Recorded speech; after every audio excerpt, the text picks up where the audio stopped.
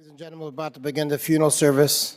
We ask for those that have a cell phone or pager, if you could turn it to the silent mode. Officiating today is Rabbi Ari Hart.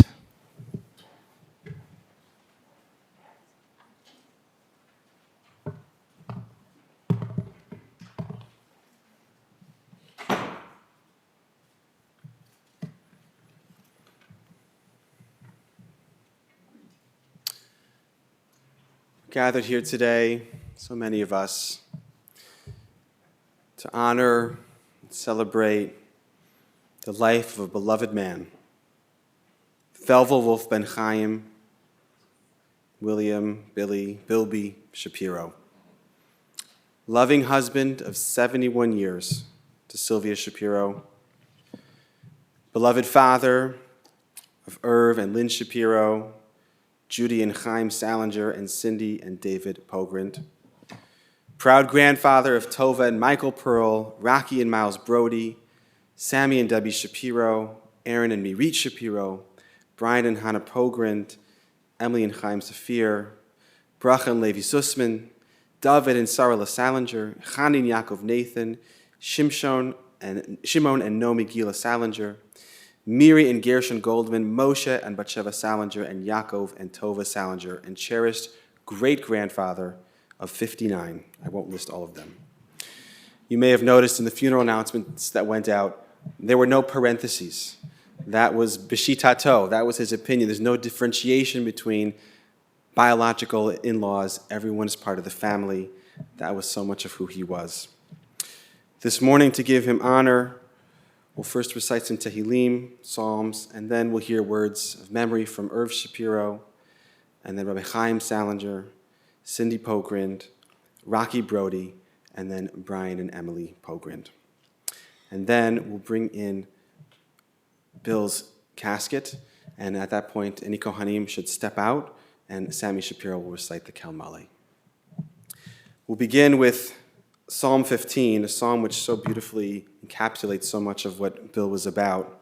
It's about a righteous man, a man who speaks truth, who never has slander on his tongue, who does no harm, who honors those around him, who is kind and honest and generous. This was Bill. Mizmor David, Adonai, mi yegor ba'olecha, mi yishkon behar kodshecha, holich tamim u'foel tzedek v'dover emet bilvavo. Lo ragal leshono, lo asa l're'eu ra'a, v'cherpa lo nasal krovo.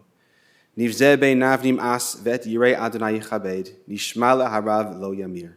Kaspo lo natan b'neshech, v'shochad al naki lo lakach, aseh ele lo yimot leolam. A song of David, Lord, who may sojourn in your tent, who may dwell on your holy mountain? One who walks in purity, who does what is righteous, and who speaks truth from the heart. He who has no slander on the tongue, nor has done harm to a fellow, nor cast disgrace to a neighbor, in whose eyes a contemptible person is repulsive, but who honors those who are in awe of the Lord, who swears truthfully even to personal hurt and never retracts, who does not lend money on interest, nor takes a bribe against the innocent. One who does these things shall never falter. I want to welcome up Irv to begin.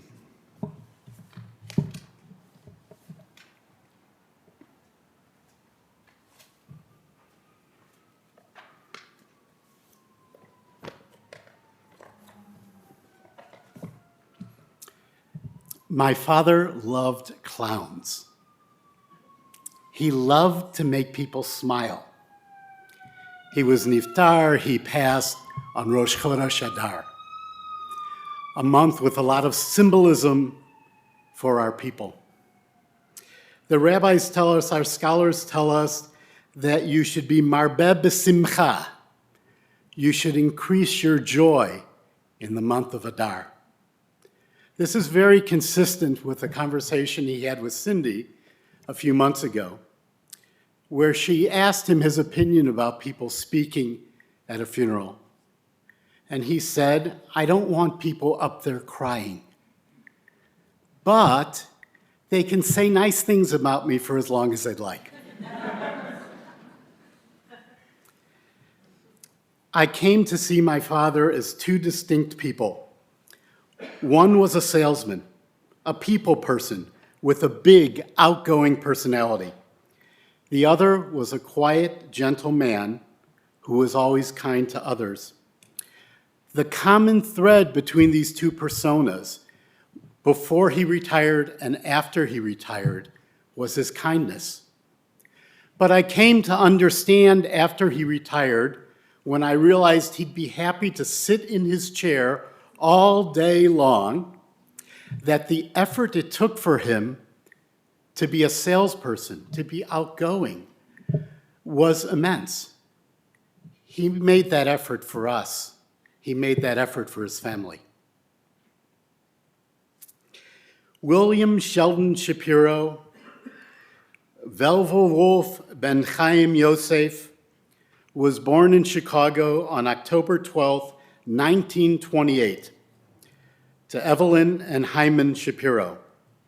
My father was the ultimate Chicagoan. You told him an address, he told you the cross street. You told him a street, he told you what hundred it was. When GPS first came out, I'm a bit of a techie, so I had it early. I showed it to my father. He said, "Why do you need that?" His father, Hyman, emigrated from Latvia when he was 6 years old. His mother, Evelyn, my grandmother, was born here in Chicago. Before the Great Depression, Hyman started Warren Press to print magazines, but the business failed during the Depression. He later, after the Depression, started Regent Printing, where my father and his two brothers worked for their whole adult lives. My father's father, Hyman, passed away at the age of 45 from a cerebral hemorrhage. My father was only 14. His brother Lester was 15 and Delbert was 20. In an era where women did not commonly run businesses, and a printing business is not a nice, quiet business where you sit behind desks.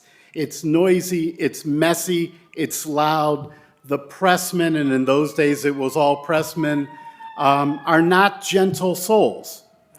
My grandmother, Evelyn, ran the business and continued to raise 3 boys.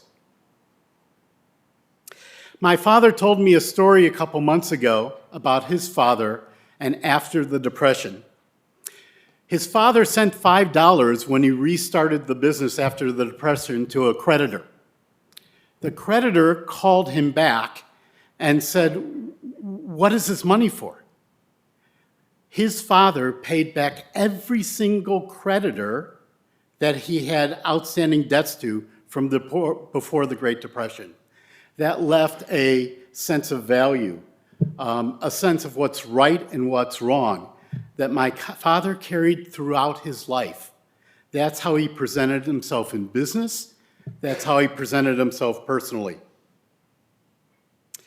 Regent Printing shifted from printing magazines to printing jobs, which is the business of printing tags for furniture. They printed for Wix Furniture, printing forms that you used to order things. They printed all the order forms for Girl Scout cookies, for Burry Biscuit for many, many years. So we always had lots of good cookies around the house. And my father built special relationships with his customers. Once again, this was through just an immense effort, an immense effort. One fall day, my father stopped at a customer to pick up a job. In those days, you'd go and you'd fill in the forms, you'd pick up the work. And the customer insisted that the work had to be delivered the next Tuesday. The customer said to my father said to the customer, "I can't do it, it's Yom Kippur." The customer said, "Well, I'll just go to a different printer."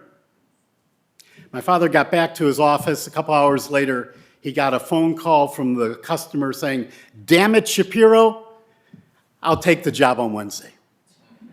So principles, kindness were throughout my father's life. He grew up at 3918 Argyle and had his bar mitzvah at Temple Beth Israel before moving to Hollywood Park in 1941.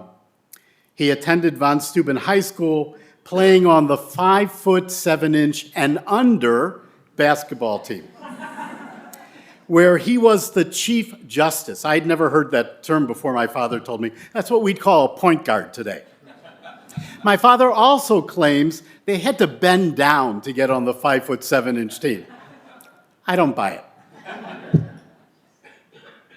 After high school, he attended Roosevelt University, earning a degree in accounting before serving in the Army during the Korean War. He never got anywhere near Korea. He did his boot camp in Wisconsin, was stationed at Fort Bragg, and was then assigned as a supply sergeant, a good job for a nice Jewish boy with an accounting degree, a supply sergeant in Baltimore. While in Baltimore, there was a young Orthodox Jewish family that would invite soldiers for Shabbos meals. My father was not observant at that time, but he knew a good meal. And in addition to that, my mother's aunt would deliver deli sandwiches to the Jewish boys on the base. One day, she invited my mother to go along, and a young man came up to my mother who actually reported to my father, was in my father's unit, and introduced himself. Then my father came along to get a corned beef sandwich. After that, this young man said to my father, I think I'm going to ask that Sylvia out on a date. He assigned him to latrine duty and called my mother instead.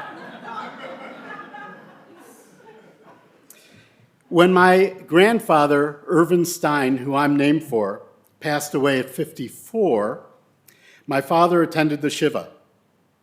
Afterward, someone asked my mother, who is that little guy with the brown eyes? And she replied, I have 60 days to catch him, because he was going to be dismissed from the Army. After the year of Avelut, on August 2nd, 1953, they were married. And as you heard, they've been married 71 years. They were married 71 years.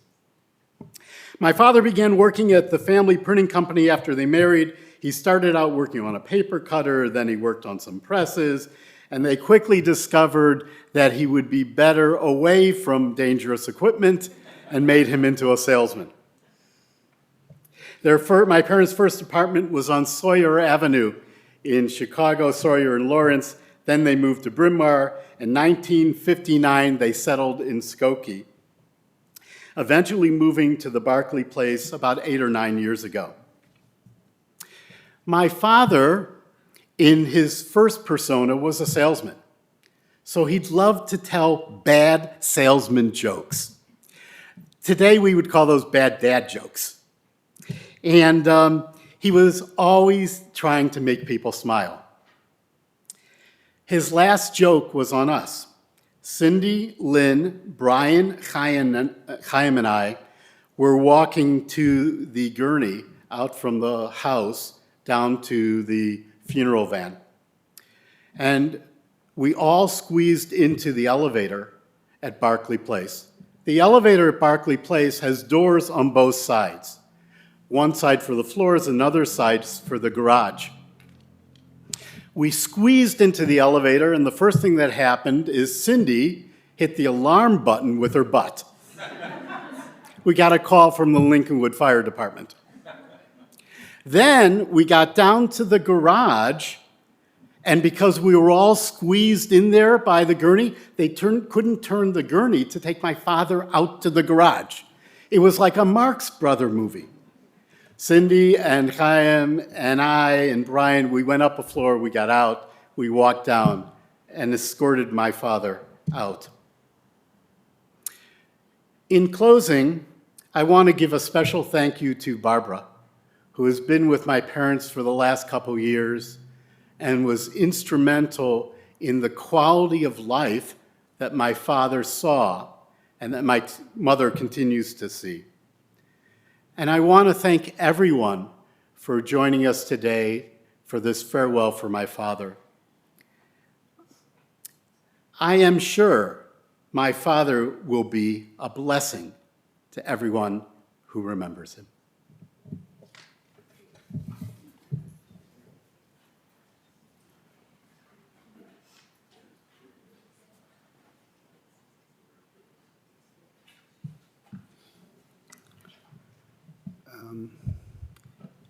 Irv just said that he hopes that his father requested that nobody should cry while they're speaking.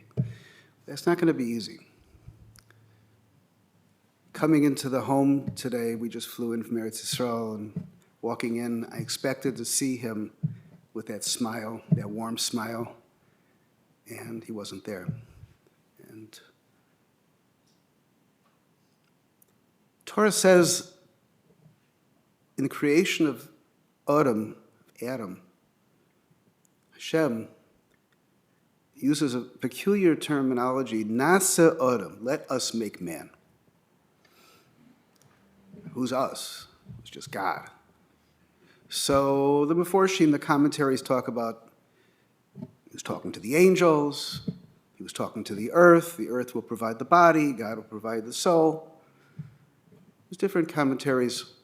There's a beautiful idea I saw from Rev. Avram Twersky Zatzal. He said the following idea. He said, when Torah says, Nasa Adam, let us make man, he was talking to us. He was talking to Adam. We, together, create this. There's a project here. It's called the creation of the self. Hashem, God, works together with us to build ourselves and make ourselves into something for the time we're here for. My father-in-law really exemplifies that in an extraordinary way. He was an extraordinary person. I want to talk about a couple ideas, this idea of Nasa Adam, what it is to make yourself, to create yourself, to be a self-made man. Father-in-law, raising a family in the 1960s and 70s when, as we all know, the American Jewish experience has not exactly been going in the right direction, where assimilation into marriage is rampant, and everybody's going in one direction. He, together with Mom, built a home, a Jewish home, a home devoted to passing along this tremendous pride that he had in being Jewish and creating that environment. How many Pesach Seders I had with him, and it was so much fun, and it was pleasant, and it was nice. It was long, but it was okay because it was enjoyable. He made it enjoyable. The sukkah, the open sukkah, remember the open sukkah? It was a home where it was saturated with Judaism, with the pride in being Jewish and passing along the Masorah, the tradition, to the next generations. And we see the result. We see children, grandchildren, great-grandchildren that are the builders, not going in the other direction, but going in the proper direction. That's all due to him. He created that. So he's a self-made man. We know that he was loyal to the shul, which he loved so much, to his chevra there, the people he was together with. The home was a Jewish home. His life was a Jewish life. Nasa Adam, he made himself into that. He didn't come from that situation, but he wanted it, and he made it happen. I want to focus on the other part, which Irv spoke about a little bit, and that is that he was such a sweet person, utterly charming, utterly kind. All he wanted was that people should be happy. His family, anybody he was in touch with. How many times I went over there, I was traveling without Judy, without my wife, and I came to the house. It was one of my first stops, and I always got that big smile. And it was sincere. He was really happy to see me. And I was happy to see him and Mom. He was warm, he was charming, he was sweet, never a harsh word. My wife said she never once, ever, heard any hint of a disagreement between her parents. Never. Okay, it takes two to tango. So Mom was one part of that, but he was also part of that. That wasn't in his nature. He wasn't that type of person. He just wanted people to be happy. He was kind-hearted. He was generous. sweet, he was lovable, and we're going to miss him so much. When we heard last week that things were really not going well, and we heard doctors said weeks, months, and due to the fact that it was a breathing issue, I was so worried, like he's going to have to go through so much. God forbid. Hopefully he'll get better. Hopefully it'll be years. And of course, we were praying for that. There's a concept in Torah called Misa Neshika, that certain people that Hashem chooses, he removes from this world with a divine kiss. Not with suffering, not with difficulty, but just in a moment. And I believe that's what happened here. Granted, the last couple of weeks were very hard, but we didn't think it would happen like this, but it did. Misa Neshika, divine kiss, which we say Moshe Rabbeinu, Moses, that's how he left this world. Hashem came and just simply removed his neshama, his soul. It took it to Gan Eden. Our father was a special, special person who we're going to miss very deeply. On behalf of Judy, also, we want to just recognize the tremendous Mesiras Nefesh, self-sacrifice of Irv and Lynn and Cindy and Lynn and David and all the family. We were far away, but they did so much to, and of course, Brian and all the grandchildren, if I try to name everybody, I'm going to forget, but who did so much to just keep him happy and going and just a total devotion. And Barbara, we heard so much about, we've met her, and she's tremendous, tremendous. We want to, usually, unfortunately, I've attended too many funerals in my life, and usually there's a custom, I'll say it here as well, there's a custom to ask mechila, to ask forgiveness. I don't know how it's done over here, but usually the casket is here. So we want to ask mechila for things that were said that shouldn't have been said, things that were done that shouldn't have been done, or things that were not said that should have been said, et cetera, et cetera. If we didn't show enough respect, didn't honor enough, we want to ask forgiveness, mechila, and Hashem should comfort the mourners of Israel and dry all the tears.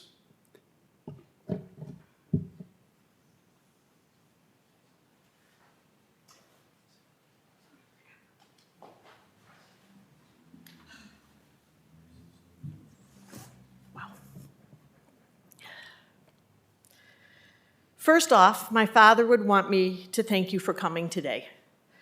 Gratitude was very important to him. Every time I left the house, every time, he would thank me for coming. And if he momentarily forgot and he heard the front door open, he would call out and have me come back so he could look me in the eye and say thank you for coming. The next page I can skip because Irv said it. It's always hard to follow Irv. I've been doing it for many years. My dad was so easy to love. Everybody saw him the same way. Every text I've received since he died on Friday spoke of friendliness, his smile, his sweetness, his kindness. The day before he died, he was so uncomfortable. He just kept saying, "I feel lousy," and he was having trouble breathing. His voice was soft, and it was an effort to speak. A man came to deliver a new oxygen tank. We needed to crank his oxygen higher. As the man was leaving, my dad, who was in the other room, called to me in a loud whisper, Cindy, give the man some money." I said, "Dad, I don't have any cash. It's okay." He said, "Come get from my wallet." To the end, no matter his suffering, he was still teaching me to do the right thing and to show kindness. One of my earliest memories of my dad is snuggling in his arms after my bath so he could rub my hair dry. As I got older, he always told me I could be anything, I could be president of the United States. I could not join the printing company, but I could be anything else. I also wasn't allowed to use his power tools, hence for those who know what I do these days. And if you ever wondered where we learned his competitiveness, wonder no more. In my early teens, I finally beat my dad at ping pong. After I won, he said, "Let's play one more." We did. He won.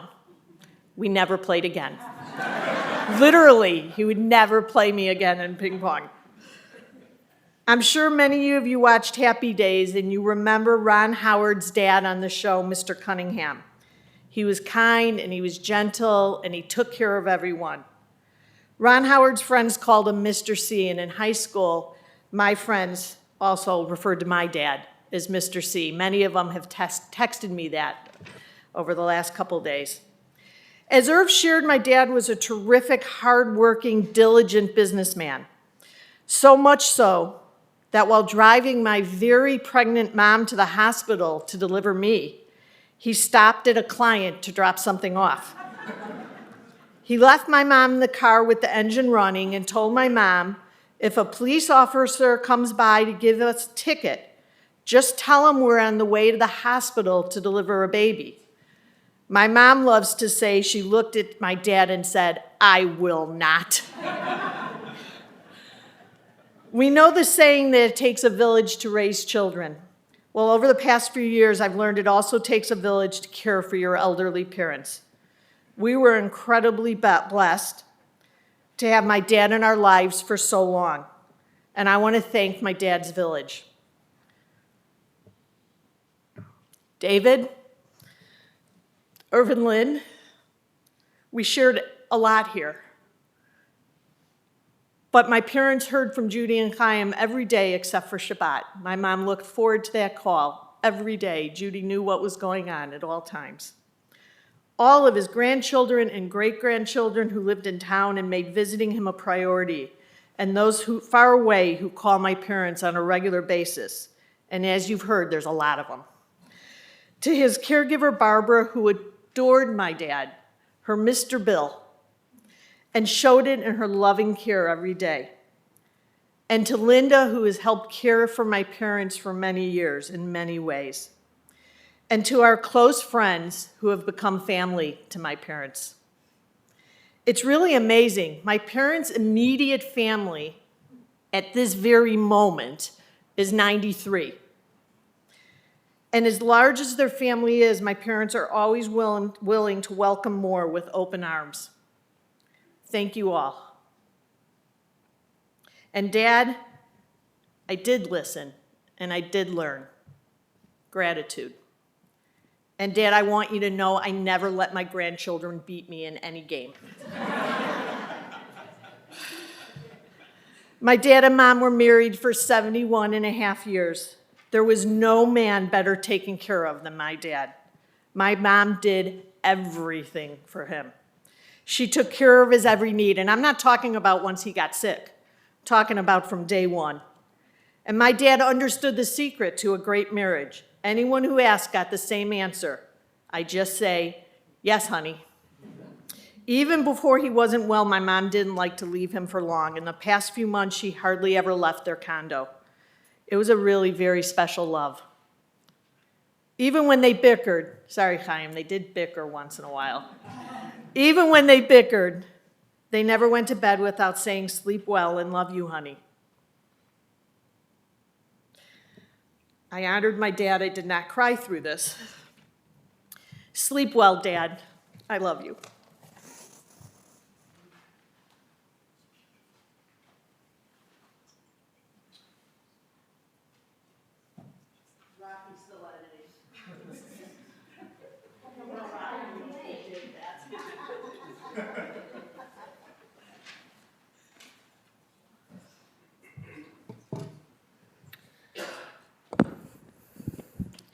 Grandpa Billy.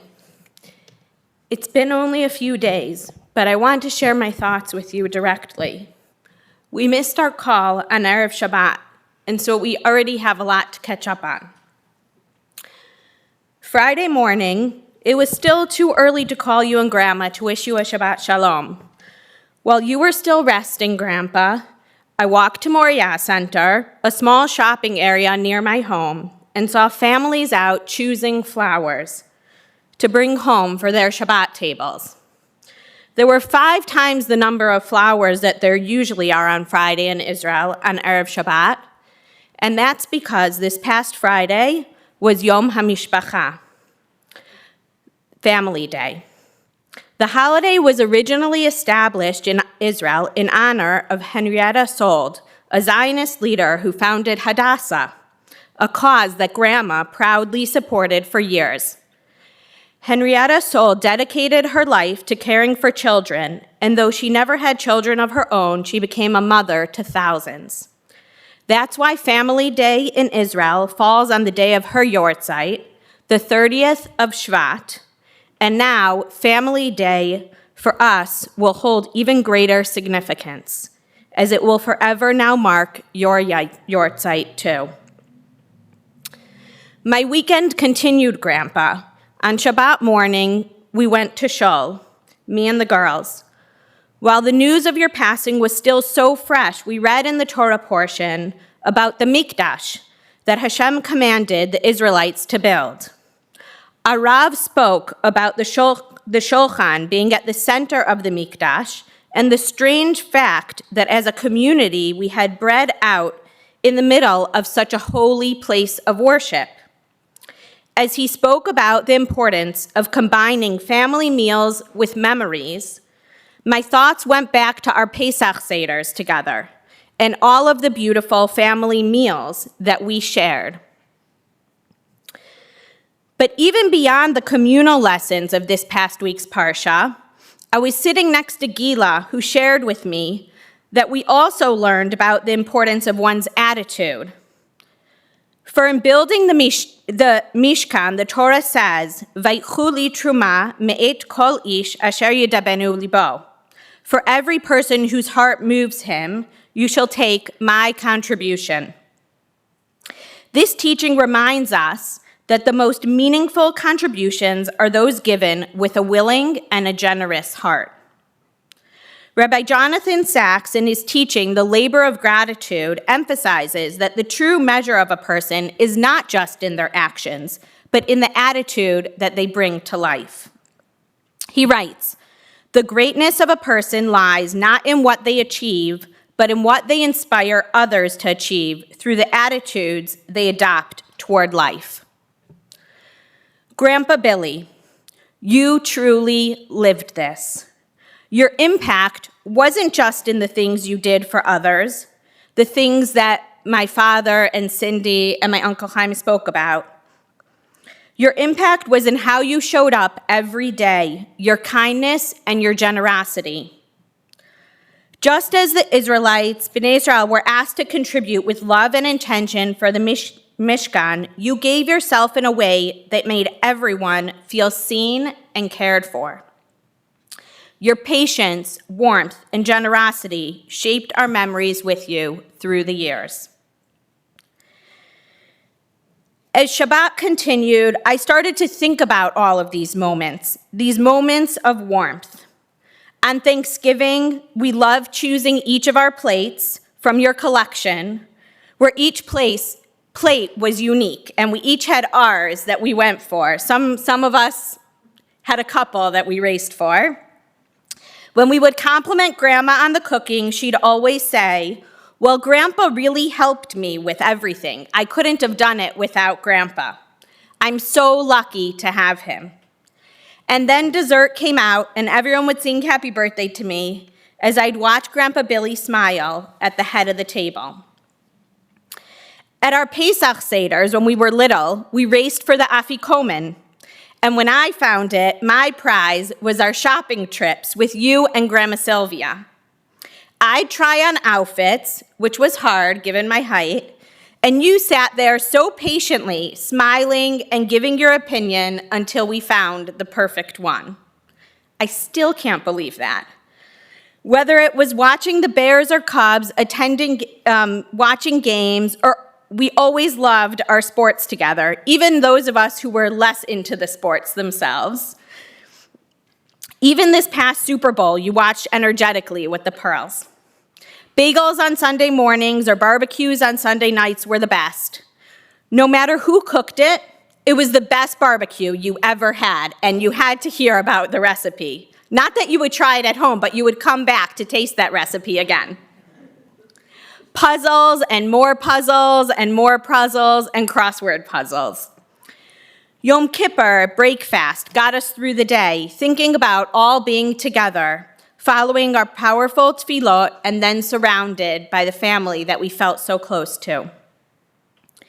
Having grown up in Chicago, surrounded by 4 grandparents until my mid-20s, I was lucky to have 4 grandparents walk me down the aisle at my wedding, 4 grandparents at all of my graduations, grandparents at all of my shows, basketball games, gymnastics, you name it. And whether or not you were wearing cheerleader outfits, you were always my biggest fans. When I had my first baby, you and Grandma came to Israel to help me bathe her, take us out to breakfast, and hang out. You called her your Princess Gila. But what's even more remarkable to me is not my own childhood stories. It's that my children, who are now growing up halfway across the world, feel the exact same way about you. Coming to your house for them is such a treat. Shaked and Molly love coming with Papa on an early morning when everyone's sleeping or busy doing other things. Gila, Mayan, and Ami came over the summers, chatting on their own, even when I wasn't around, and shared their stories with me. It's just such a treat and such a welcoming home. And every Erev Shabbat, as my kids are getting ready for shul, straightening their hair, ironing their clothes, all that regular hectic Erev Shabbat stuff that goes on, I can hear your voice on speakerphone.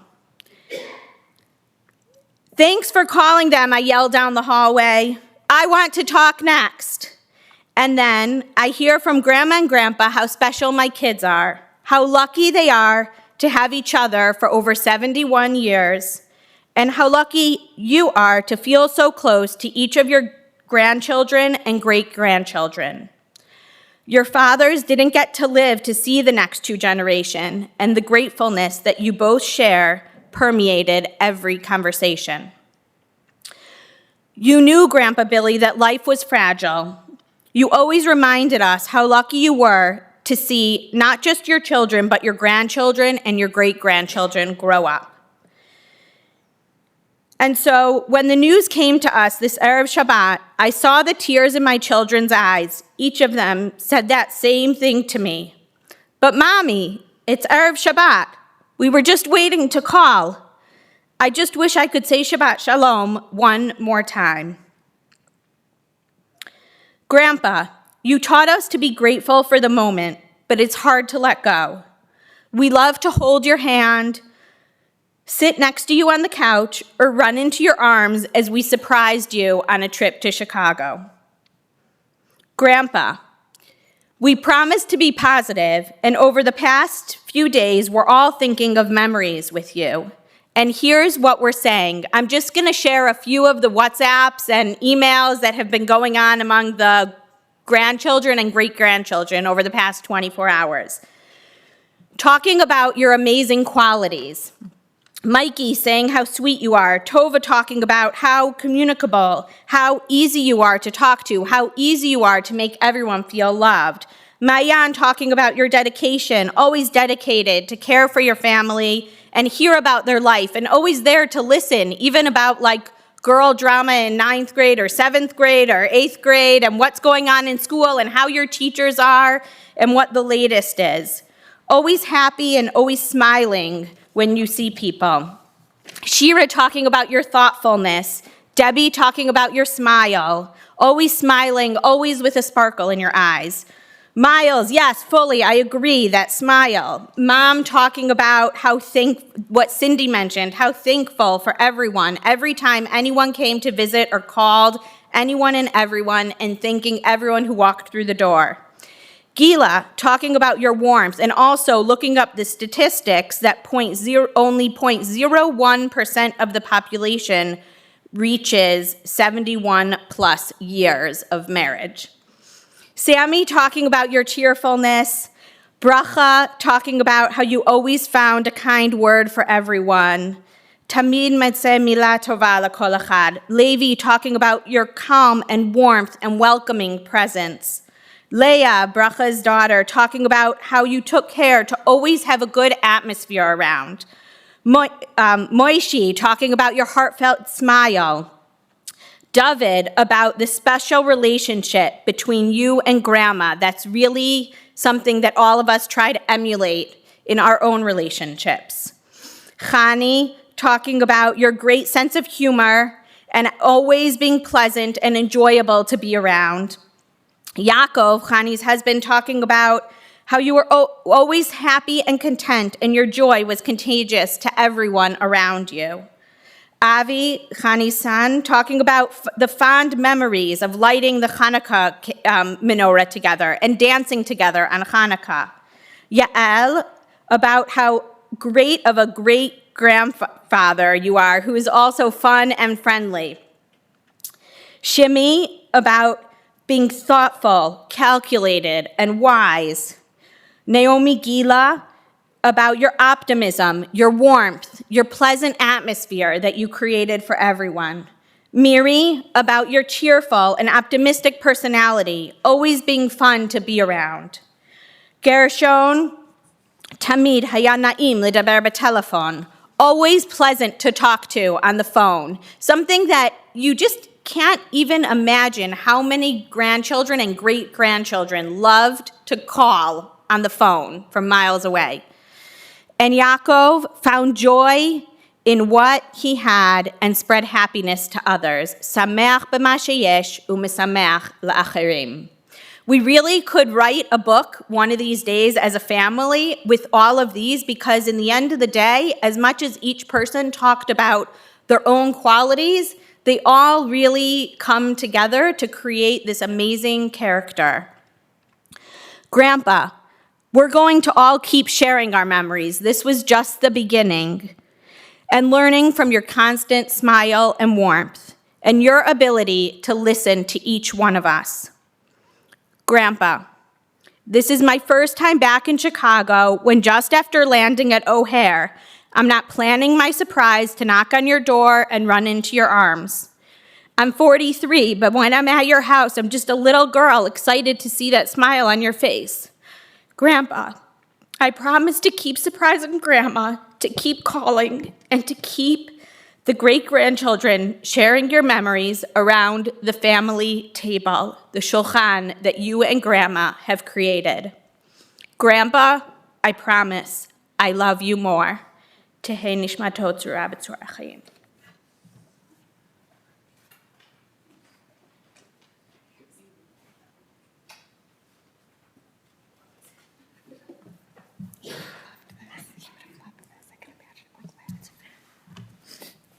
For the last 25 years, my grandpa and I watched as many Bears games together each year as we could. During that span, the Bears won just 46% of the time. For most Bears fans, that's a rough result. But since my grandpa and I got to watch the games together, we were undefeated. Over the years, the universe tried to interfere with our plans, but our drive to spend time together led us to improvise. During the height of COVID, my grandpa was already 90 years old. We continued to watch Bears games in my driveway on a projector screen, including chilly days that required jackets and blankets and blistering days of 90-degree heat. Perhaps the most unique game that we watched together was after he had an eye stroke. His vision was blurry. He couldn't see the TV well. And the play-by-play announcers weren't cutting it because they assume you can see what you're seeing on TV. So I took over as my Grandpa Billy's personal play-by-play announcer. After 2.5 hours, my voice was hoarse and the game ended. Grandpa thanked me for the play-by-play. He clearly appreciated it. And without missing a beat, he added, "But don't quit your day job." Humor was a core part of Grandpa Billy's personality, specifically dad jokes. If you asked him, "Did you get a haircut?" he'd always respond, "No, I got them all cut." If you asked him who was going to win any sports game, without a doubt, he would say, "The team with the most points." I'm going to miss his quick wit and the smiles he undoubtedly put on our faces. Our first formative memories of our Grandpa Billy was at our basketball games. We both played in leagues from elementary school through high school. As we got older, we played more games, and both our home and away games required longer drives. But Grandpa Billy and Grandma Sylvia religiously attended almost all of our games. They were even given an award by my high school during my senior night. They made an effort to get to know our friends and were really a staple in our lives. Grandpa wasn't simply our cheerleader. After games, he'd clearly let us know what we could have done better and what we should work on going forward. Approximately 17 years after my last high school basketball game, I was able to pay it forward and coach my grandfather. I don't like wearing ties. A few years ago, my grandpa and I were headed to the same wedding. During the Bears game, just a few hours before the wedding started, he expressed interest in attending the wedding without a tie, just like me. But he didn't think Grandma Sylvia would allow it. So we started rehearsing during all of the timeouts. Not just what he was going to say to Grandma, more importantly, how he might address the objections that she might raise. I arrived at the wedding and eagerly looked for my grandpa. When I found him, he was wearing a tie. I asked him what happened. Grandpa Billy told me he confidently told Grandma he wasn't going to wear a tie, just as we had practiced. But Grandma quickly replied, "Oh, yes, you are." So I said, "What did you say next?" He said, "I quickly walked to the bedroom, got a tie, and put it on." Apparently, my coaching was as bad as my play-by-play announcing. Simply put, Grandpa Billy was just so lovable. I loved talking with him about decisions on where to go to college and PT school, how to approach a career transition, and many other topics. With that said, talking in person with Grandpa was always more successful than on the phone, and that wasn't because he was hard of hearing. 99% of the time, when I called their house, here's how our conversations went. "Hi, Grandpa," I'd say. "Hi, honey, who is this?" He'd reply. "It's Emily, how are you?" Then in the background, I would hear, "Is that Emily? Bill, give me the phone." And just like that, the phone conversation would be over.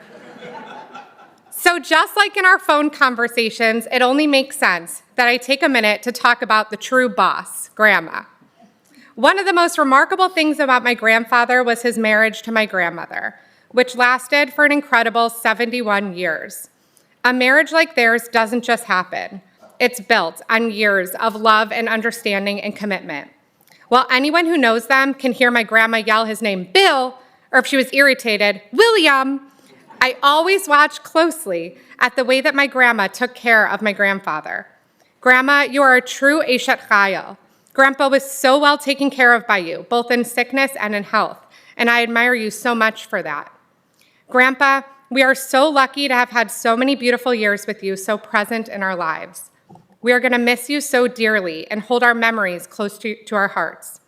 Grandma, we can't wait to continue to build more memories with you and love you both a bushel and a peck and a hug around the neck.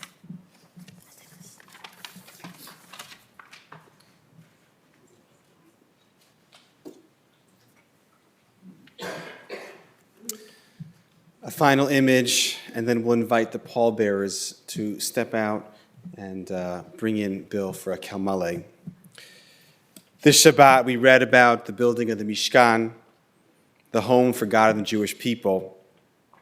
And the center of that home was the Holy Ark. Inside the Ark were the 10 Commandments, the foundations of ethics and respect and decency, which Bill so proudly stood for. And on top of the Ark were the 2 Kruvim, 2 angelic creatures that faced each other in love, the foundation of our faith, love. I saw a picture that you showed me of the 2 of them in Ken's Diner turned towards each other. And I just thought of those Kruvim, just turning towards each other. Such a beautiful image. 71 years of that loving turn, and so much goodness and beauty, and so many people have flowed out from that love. that ark with the Ten Commandments and the Kruvim was carried by poles. And the poles had rings that connected the poles to the ark itself. And it says something interesting about the rings. It says, "Batabaot ha'aron yu abadim lo yasuri mimenu." The poles shall remain in the rings of the ark, and they shall not be removed. You could never remove the poles from the rings. And Rashi says you could never remove them le'olam, forever. The rings always had to be connected to the poles which carried the ark. Lo yasuru mimenu. Never take the rings off. A ring represents a bond of family, a bond of love, a bond of integrity, a bond of joy, some of those most profound Jewish values.